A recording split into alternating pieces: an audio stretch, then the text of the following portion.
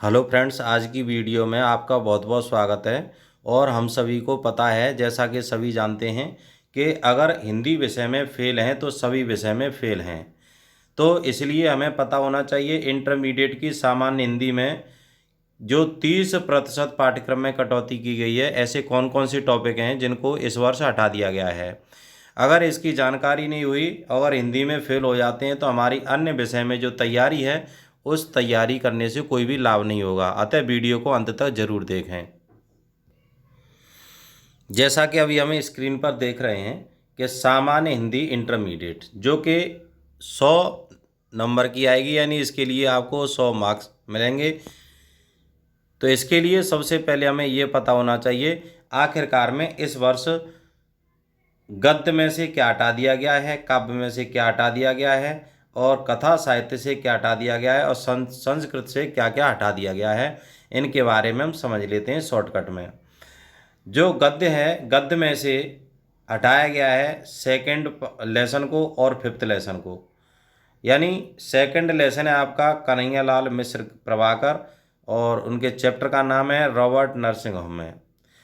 Fifth chapter है जिसको भी इस वर्ष हटा दिया गया है हरिशंकर परसाई, जिनका निंदा रस है, उसको भी इस वर्ष पाठ्यक्रम से हटा दिया गया है। गद्य में से केवल 2 ही चैप्टर हटाए गए हैं।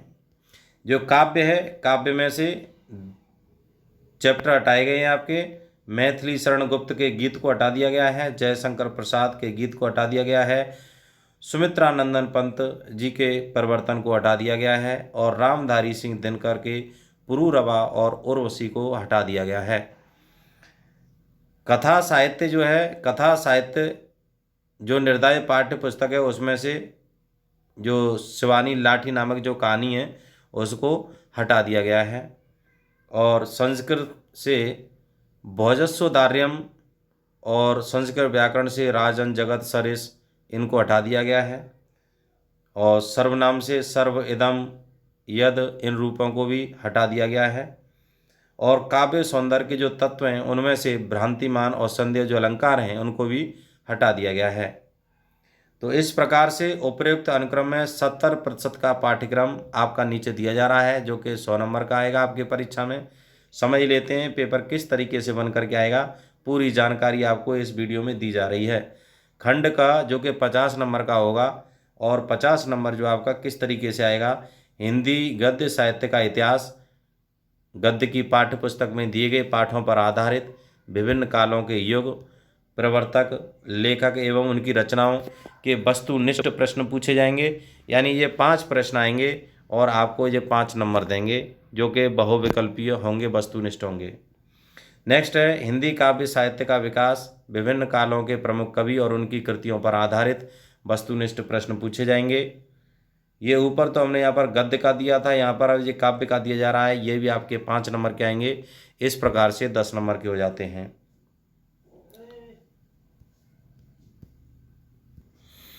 जो नेक्स्ट क्वेश्चन है, जैसा कि हम स्क्रीन पर देख रहे हैं, पाठ्यक्रम में निर्धारित गद्यांशों का आधारित 5 प्रश्न आएंगे, जिसके लिए आपको 10 अंक निर्धारित किए गए हैं।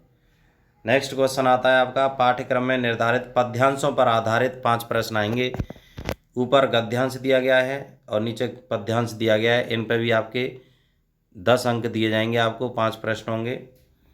क्वेश्चन नंबर 5 जो है, पाठ्यक्रम में निर्धारित लेखकों का साहित्यिक परिचय एवं कृतियों पर आधारित जिनकी अधिकतम शब्दों की जो संख्या है लगभग 80 होनी चाहिए, साहित्य परिचय लिखना होगा। इसके लिए आपको 5 नंबर मिलेंगे। 3 नंबर आपको साहित्य परिचय के लिए, 2 नंबर आपको कृतियों के लिए दिए जाएंगे। 5 का ख है, पाठ्यक्रम में निर्धारित कवियों का साहित्य करते हैं। ऊपर दिया है यहाँ पर लेखकों का और नीचे दिया गया है कवियों का साहित्य परिचय। इसके लिए भी 5 अंक निर्धारित हैं और अधिकतम शब्दों की जो सीमा है 80 के करीब है। पाठ्यक्रम में निर्धारित कहानियों का सारांश एवं उद्देश्य पर आधारित प्रश्न पूछे जाएंगे। अधिकतम शब्दों की जो सीमा होगी 80 होगी। इसके लिए भी 5 अंक निर्धारित हैं। प्रश्न नंबर 7 है, पाठ्यक्रम में निर्धारित खंड काव्य की कथा वस्तु। अभी हम खंड काव्य के बारे में चर्चा करेंगे, कौन सा खंड काव्य आपको तैयार करना है और किस जिले के लिए क्या तैयार करना है, और उनके प्रमुख पात्रों का चरचित्रण तैयार करना है, जो कि 80 शब्दों की सीमा होगी अधिकतम, जिसके लिए 5 अंक निर्धारित हैं। अब जो खंड ख है वो भी आपका 50 नंबर का आएगा, इसके लिए 50 अंक निर्धारित हैं। और इसमें हम देख रहे हैं कि पाठ्यक्रम में निर्धारित संस्कृत गद्य का संस्कृत सहित हिंदी में अनुवाद, इसके लिए यहाँ पर हम देख रहे हैं कि इसके लिए आपको 7 अंक दिए जाएंगे। जैसा कि हम देख रहे हैं 8 के ख में पाठ्यक्रम में निर्धारित संस्कृत पद्य, ऊपर यहाँ पर गद्य दिया था, यहाँ पर पद्य दिया गया है, यानी इसको हम श्लोक कह देते हैं, इसके लिए भी 5 अंक निर्धारित हैं। नेक्स्ट क्वेश्चन आता है लोकोक्तियाँ एवं मुहावरों के अर्थ एवं वाक्य प्रयोग। उसमें वस्तुनिष्ठ क्रम संख्या, जैसे कि ऊपर यहाँ पर दिया गया क्रम संख्या 11-12 से वस्तुनिष्ठ प्रश्न पूछे जाएंगे। नेक्स्ट दिया जा रहा है यहाँ पर 10 का क, 10 के क में संधि, जैसे दीर्घ संधि, गुण संधि, यड़ संधि, अयाद संधि में से किन्हीं 3 संधियों से संबंधित शब्दों का संधि विच्छेद पूछा जाएगा, इसके लिए भी 3 अंक निर्धारित किए गए हैं। नेक्स्ट 10 का ख आता है संस्कृत शब्दों में विभक्ति की पहचान, जैसे आत्मन, इनमें संस्कृति की विभक्ति की पहचान भी पूछी जाएगी, जिसके लिए आपको यहाँ पर अंक निर्धारित किए गए हैं। नेक्स्ट है आपका 11th का है शब्दों में सूक्ष्म अंतर, अनेकार्थी शब्द हैं, अनेक शब्दों के लिए एक शब्द हैं, वन वर्ड सब्स्टिट्यूशंस कह देते हैं इनको अंग्रेजी में। और वाक्यों में त्रुटि मार्जन, लिंग, वचन, कारक, काल, वर्तनी संबंधी त्रुटियों से संबंधित पूछा जाएगा। 12 के क में रस, श्रृंगार, करुण रस, वीर रस, शांत रस, लक्षण, उनके उदाहरण पूछे जाएंगे। और अलंकार में जैसे शब्दालंकार है, अनुप्रास है, यमक है, श्लेष है, उनके लक्षण और उदाहरण पूछे जाएंगे। जैसा कि हम देख रहे हैं अब अर्थालंकार में उपमालंकार, रूपक अलंकार, उत्प्रेक्षालंकार, इनके लक्षण और उदाहरण तैयार करने हैं। ग छंद तैयार करने हैं, जैसे मातृछंद, चौपाई, दुआएं, सोरठाएं, कुंडलियाँ, इनके लक्षण और उदाहरण तैयार करने हैं।